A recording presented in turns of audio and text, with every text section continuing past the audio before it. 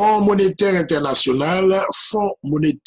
international déclaré yo pral revisé à la baisse encore une fois prévision que te gagné pour année ça prévision économique.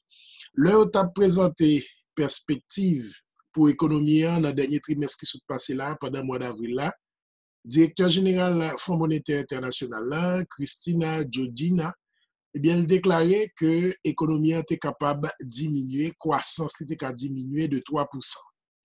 Pour qu'on y ait, d'après Fonds monétaire international, et pays qui avancent, et là, on a parlé pays G8, les États-Unis, l'Allemagne, la Chine, 8 pays qui avancent dans le monde là, ensemble avec pays émergents, on a pris le Brésil, l'Inde, une série de l'autre pays que vous présentez comme pays qui émergents, donc la groupe pays G20, G8, G7, G8 qui pays avancés, parce que il a gardé création richesse chaque citoyen dans le pays avec groupe pays G20 qui est pays émergent, après ça rejoindre une série de pays ou bien moins avancés PMA ou bien pays qui est en transition.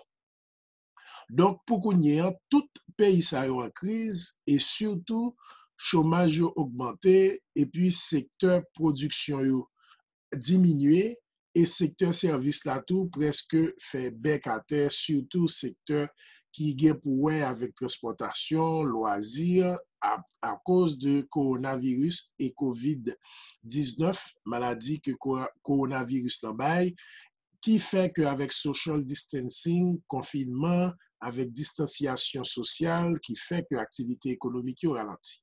Donc pour ça, Fonds monétaire international a annoncé que l'économie pourrait rentrer déjà en récession, mais rythme de croissance est bien pourrait encore diminuer.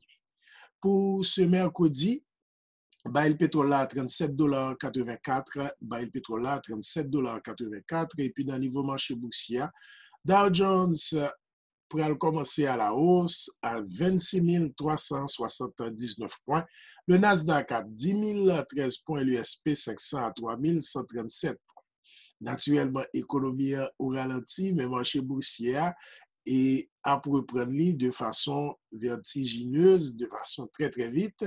Puis dans le marché change, euro à 1,12 $, et dollar par rapport à dollar canadien fait $1 canadien 35. Par rapport à Gouda haïtienne, nous avons 110, 115, entre 110 et 115 gouttes de plus. Et puis, dans le niveau marché cryptocurrency, un Bitcoin à 9 469 $, et dans le niveau marché commodité, l'Oslo à 1 724 $. Donc, Fonds monétaire international déclaré que l'économie est capable de continuer pente vers la baisse et que l'année 2020-2021 a toujours été une année qui prend un signe de reprise. C'était la principale nouvelle économique pour aujourd'hui à Roosevelt. Jean-François du réseau de l'information économique BizNews.